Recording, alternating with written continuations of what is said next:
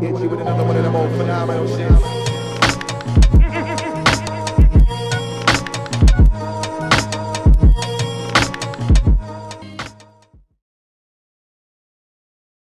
Hello everyone, Chris here from Undrlvld. Glad to have you here. Thanks for swinging on by.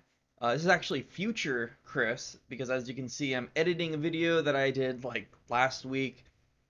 Completely procrastinated in editing it, but the giveaway, I just wanted to say our first giveaway is over. The winner has been decided. It didn't give me like your YouTube username or anything, so I don't really feel comfortable just saying your name out in public. But we're going to send you an email, exchange some information, see what we can do to get you your prize. And if you didn't win, fret not, because we are 24 subscribers away from our second giveaway. And in our second giveaway, we got some cool games that we're going to be giving out to whoever wins that one. So don't forget to click like, subscribe, notification bell, all that jazz, because we're close. We're super close, just 24 more subscribers, and we'll be getting you guys some games. Thank you again for everyone for all of your support. Hope you enjoyed the video, and catch you in the next one. But today we're going to be talking about something super cool. We're going to be talking again about Skyraiders of Abarax. This is created by Tracy and Laura Hickman. You might remember their names because they are some of the minds behind things like Dragonlance and Ravenloft. So if you like Curse of Strahd or Van Richten's Guide to Ravenloft, or you pretty much like anything D&D right now, well, those two were the people to help spearhead D&D. So without them, the game would probably look very different right now. Again, we're going to be talking about Skyraiders of Abarax. It is a 5th edition supplement, and essentially it's going to be a journey of you trying to get off this prison island known as Abarax. Your ancestors were outcasted from society for various reasons and sent to this prison island. Eventually, the aeroships that were delivering the people to the island stopped showing up, and thus begins the journey to discover the outside world and hopefully your motherland. As you can see in the background, we're going to be going through the Kickstarter video, as I mentioned before, because, it's got this little 3D book here, and it's got some pages, and I didn't go through it last time, so I'm going to go through it this time and see what little tidbits and hints they left us in this book. And I will also be doing a separate video on Tracy and Laura Hickman's Dragonhearth stream that they do on their YouTube channel. Link to the YouTube channel will be in the description down below. They stream every Wednesday at 6 p.m. Pacific, and they are playtesting Skyraiders material. So I'm going to be going through the first few episodes that they've done there, and every now and then I'll wait till they do a couple of episodes and then, do some highlights of those. Not really of the sessions, even though they are entertaining, but more so of the Skyraiders material that they'll be revealing through these streams. So yeah, I'm going to go through each section of the book, starting with Undrlvld Hopes Lost in the Mist. If anyone watched my first Skyraiders video, you'll know that I was really hoping we would find out what the name of the world that all this takes place on is called. And lo and behold, if I would have just paused the Kickstarter video and read a little bit, I would have learned. It's called Undrlvld, also referred to as Draconis to the people who inhabit the world. There isn't really any information of the greater world, since, as we'll talk about later, a lot of the references to it on Abarax was destroyed after the fall. But seemingly the kingdoms have abandoned Abarax, and to the people of Abarax, those kingdoms in the outside world have kind of fallen into myth and legend. Now, before the fall, shattered myths, which is the next section. From what little information we have of Skyraiders of Abarax, it seems that chaos erupted after the Keepers fell. The Keepers being those from the outside kingdoms that were put onto Abarax to watch the inmates, your ancestors, so to speak, and maintain all the various jobs and whatnot that they would force the inmates to do.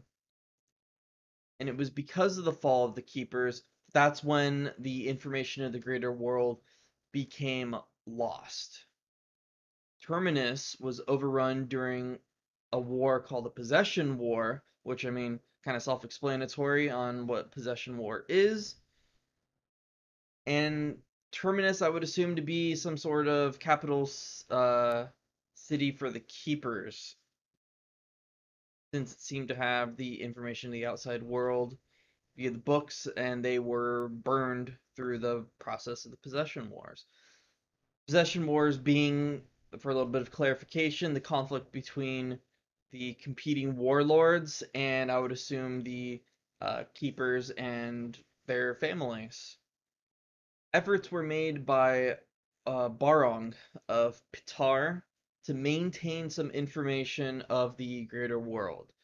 The information that they got of the outside world was from many different sources and cultures inside of Aranis Coast.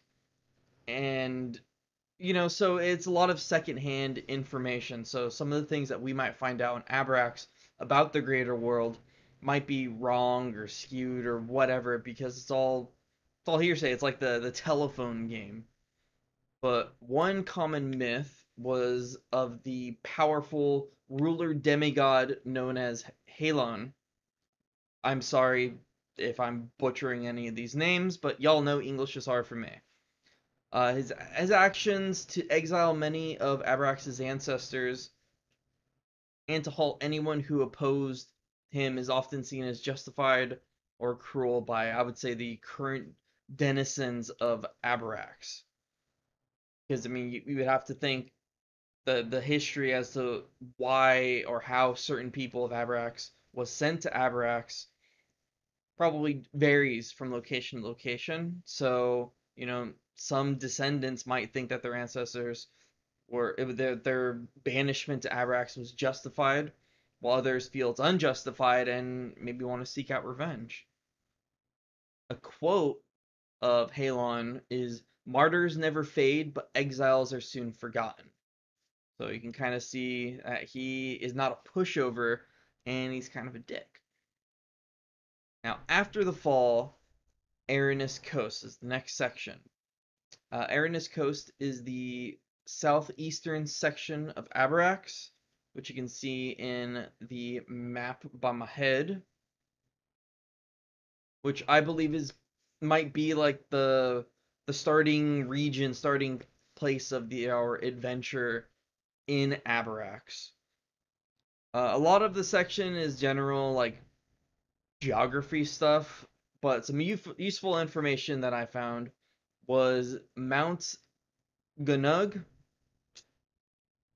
Sorry, it's an active volcano, and I hope that since it's an active volcano, it plays a part in the adventure.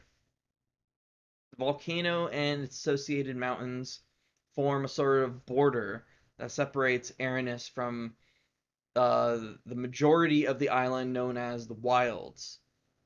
Cran, Bastion, Defiance, and Stormhold were dungeon keeps where prisoners, the ancestors in our game, were kept. Patar served multiple purposes, which, I mean, you can see all these places on the map, but Patar served multiple purposes.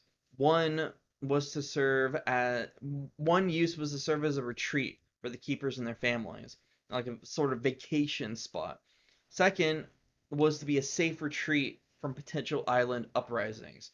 So if anything were to happen and the inmates were starting to overrun the keepers would retreat to Patar and await the aeroships to come evacuate them off the island.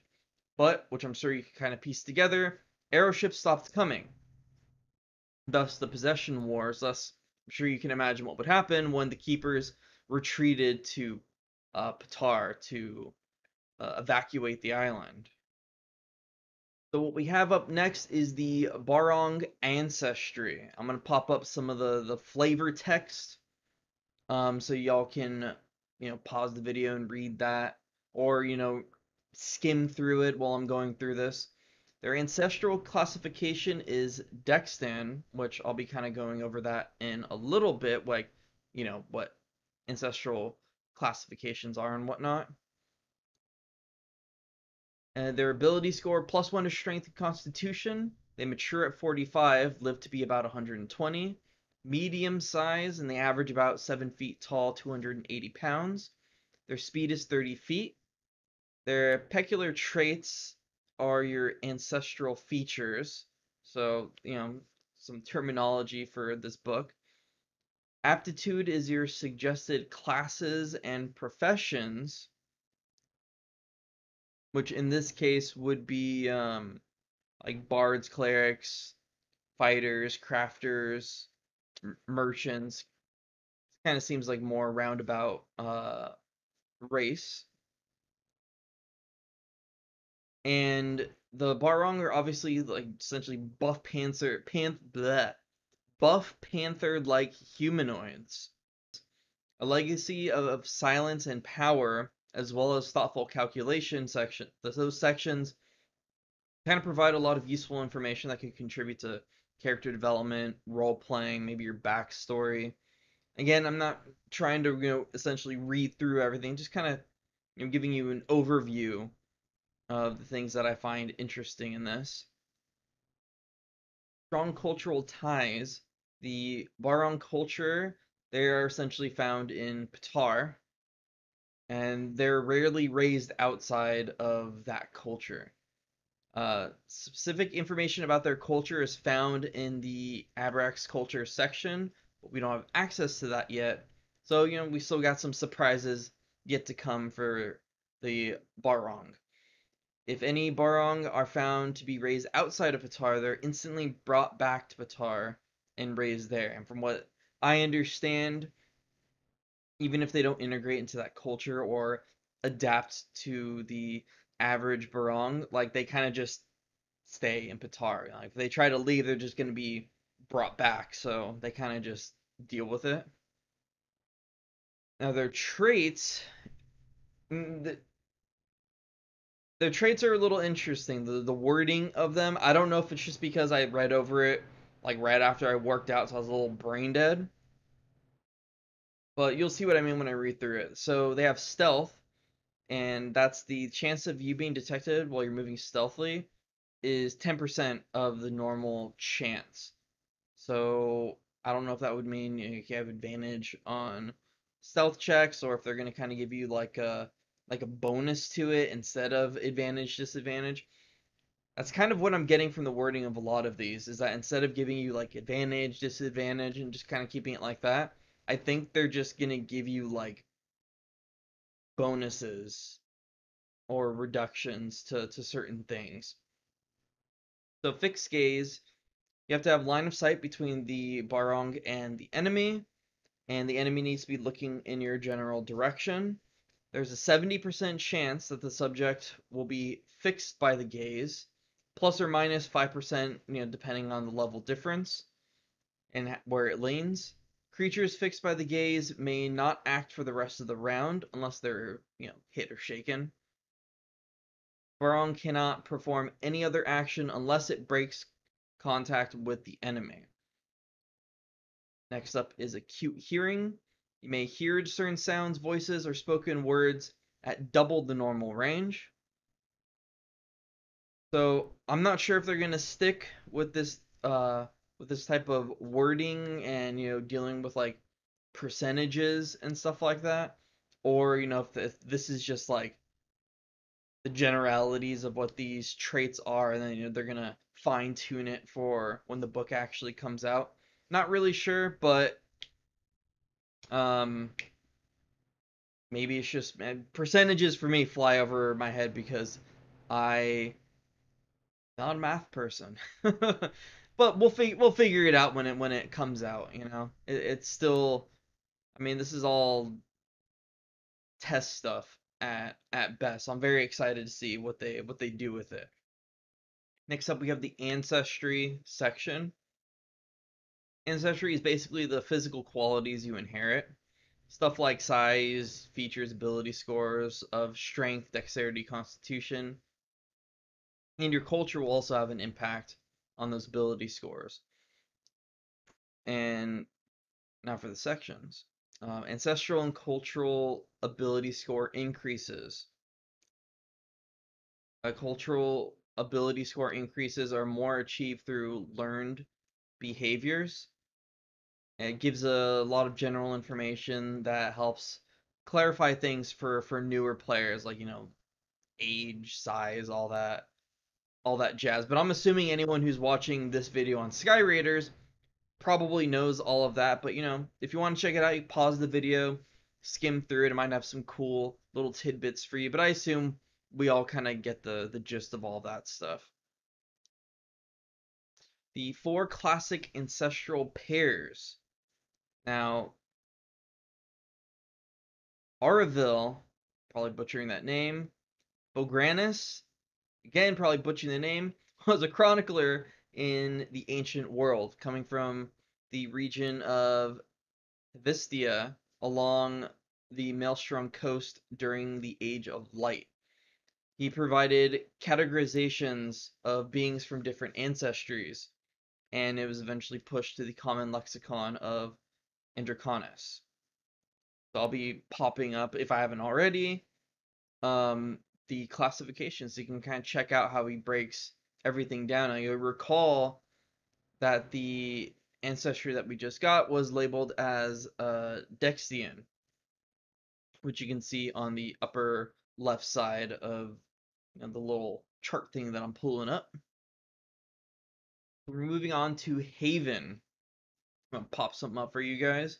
I believe these are the bonuses you get via your culture, and it's a general breakdown of the town. Now what we got here is primarily humans, wood dwarfs, which I'm curious if wood dwarf kind of refers to their like profession, what they work with, or if we're going to be getting some new sub races in this book. Either way, I'm excited for it. And gnomes. Professions provide the class and job breakdown of the town. Still very curious to see how classes and professions work together in this setting. And we got skills that you can pick up. Now this is an interesting part. You got wood shaping engineering, bartering, scrapper. Now education. So the interesting part about this is this going to be like stealth and persuasion? Like, are they adding new skills to the game? And if so, how many skills are they going to add? Because I'm assuming it would vary from town or city to town or city. And what else are they going to be adding? I mean, if they're adding new skills, what else could they be adding to the game? That is very cool, very exciting stuff. And you can be of any ethos, which again is basically their better version of alignment. Now, the history of this town is very interesting. It originally started as a plantation, and it obviously run by the keepers, and the inmates that were working there were much lower security risks. I mean, obviously, they're working more out in the open, so they're not going to put high security risks, out in open fields. And from what I understand, some of the inmates working there could have been from like noble birth.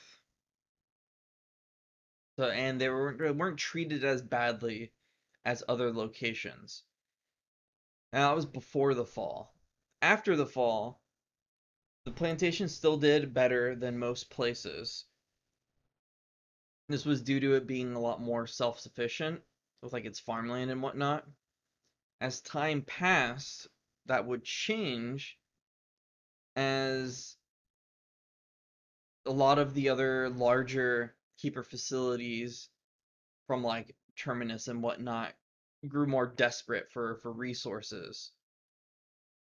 And Terminus would become the focal point of the possession war, constantly being sacked by the warlords. Keepers retreated to Patar, and didn't really help them there since the Aeroships abandoned Abarax. Tar would eventually be overrun, and it's in such a brutal fashion that it would be known to be called as the Drop. And I mean, some of the keepers would also retreat to the plantation. The plantation would suffer from many pillaging armies during the possession war, and the plantation in itself would be destroyed mostly, but the fields remained intact. And from the ashes of the plantation, that's how Haven was formed. It was essentially built up by the keepers, dwarves, humans, gnomes and then they formed Haven.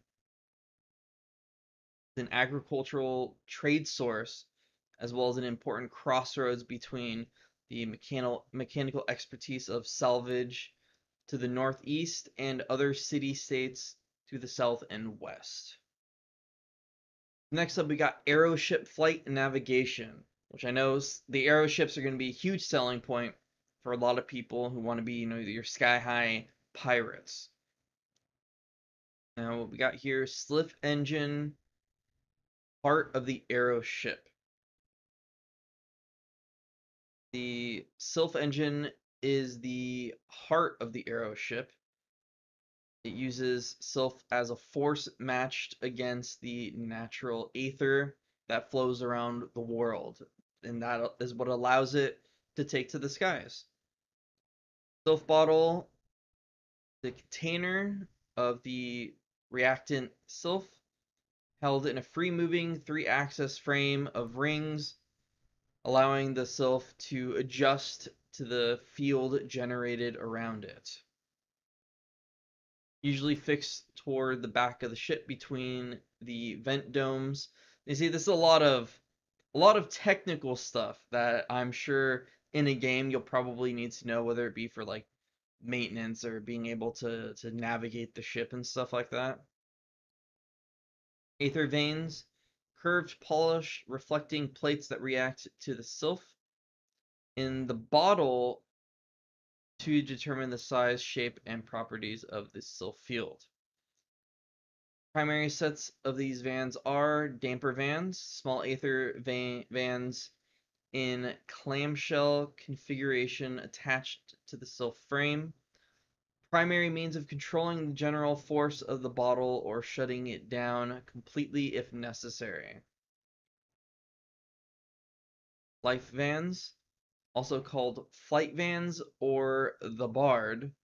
The largest array of aether vans is fixed aft of the Sylph bottle. This acts as a collector of the Sylph field, channeling most of its energy down into the sky, the aether keel plates, where it is distributed down the keel. This is a lot for me. My mouth is like drying out just from reading it. But yeah, it's the primary lifting force of the ship. That is a mouthful for the teaser of the Aeroship. I can tell already that's going to be a very packed section that I'll probably have to take a lot of notes for if I run a campaign in it. I'm sure you know a lot of this. I'm sure you're not going to need to know absolutely everything in order to use an Aeroship, but I'm sure you're going to need a general understanding, and to get general understanding, you got to provide as much information as you can. But I know a lot of people that are going to be very fascinated by all the Aeroship stuff, myself included. It's just I'm a little slow, so I'm gonna need extra time to check it out to understand it. But last but not least, we have Ethos versus Alignment. Consider this, as it says in the first paragraph, the vilest evil acts in the history of the world were performed by people who believed with absolute conviction that they were either right or doing good. Doesn't matter if you're good or evil, in a way, we all consider ourselves the hero of our story. And the example that they give is the barbarians of Abarax have a strict and, in their opinion, a progressive set of laws. The laws apply to everyone in their clan, regardless of gender or whatever. However, if you're outside of the clan, those rights don't apply to you. So I'm sure people in and out of the clan have different opinions on those progressive laws and how it reflects, whether or not the barbarians would be considered good or evil. 9 basic ethos in Skyraiders is paired with their similar 5e alignments. Concept of good, evil, and neutral in the context of player characters and NPCs have been replaced, so to speak, with the terms inclusive, exclusive, and objective.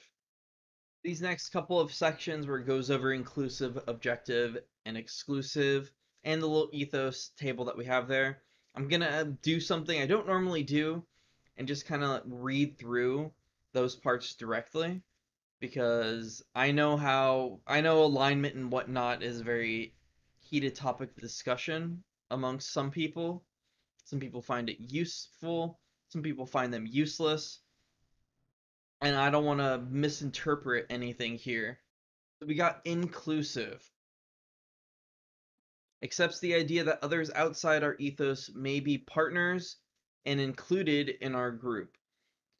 Inclusive cultures are pluralistic or multicultural societies, conditions in which 2 or more groups, principles, sources of authority, etc. can coexist either homogeneously or individually as a single group. This ethos conflicts with exclusive cultures. Inclusive cultures prefer the you and me to the us against them. You may substitute this ethos for any good alignment in 5e, but with the caveat, not all inclusive ethos may be considered good. For example, the inclusive ethos could potentially attempt to include groups that are themselves destructive and poisonous to the rest of the group. Now, objective strives to see the world objectively without internal bias. Substitute this ethos for any neutral alignment in 5e. So finally, we have exclusive. Believes that groups are exclusive and in constant conflict. They believe in the superiority of one group, nation, or ideology. This ethos thinks in terms of conflict, preferring the us against them to any form of us against them to the you and me. Substitute this ethos for any evil alignment in 5e, but with a similar caveat. A righteous king could make a strong leader in troubled times when a society is threatened from the outside. So, be that as it will, I'm sure there's going to be more to this section when the official book releases. And if any of you knew how many times I had to try to read through that just to get it acceptable, you'll understand why I'm not going to go through the chart that I have blown up on the screen right now. It's been up there the whole time. Hopefully you skim through it. But man, I had to read through inclusive, objective, and exclusive so many times. My eyesight's really bad, so I'm trying to like read it from here when I actually want to read it from here. So I'll figure that out. I'll figure that out. Anyway, there's still time in the Kickstarter if you want to go over and support it, which I highly encourage all of you to do. I mean, these are the minds behind Dragonlance and Ravenloft, so obviously Skyraiders is going to be a big thing when it comes out. It's going to have a lot of useful things in it, and Aeroships. I mean, come on, Sky Pirates. I'm very excited for this. It's the first project that I'm really going to be following closely on this channel because of how excited I am for it. So I highly encourage all of you to go support it. Links to everything is going to be down below. Their Kickstarter, their YouTube channel, their website, all that jazz is going to be linked down below. Go check it out. And hey, I'll be providing that next video for Skyraiders of Abarax probably sometime next week. but that's not all. I'm going to get to it. I'm gonna get to Baldur's Gate 3 Patch 6 content. I miss playing video games, so I'm gonna be doing that soon. The DLC for Solista Crown of the Magister just came out, so I'm gonna be doing that first, and then I'm gonna be doing Baldur's Gate 3 because algorithm, everyone's gonna be watching Solista stuff. That, and I haven't beaten Solista yet, so I really want to like commit myself to it. I know this was a long video, and I thank you all for sticking through it, and I thank you all for the continued support. Have yourselves a good day, stay safe, and I'll see you in the next one.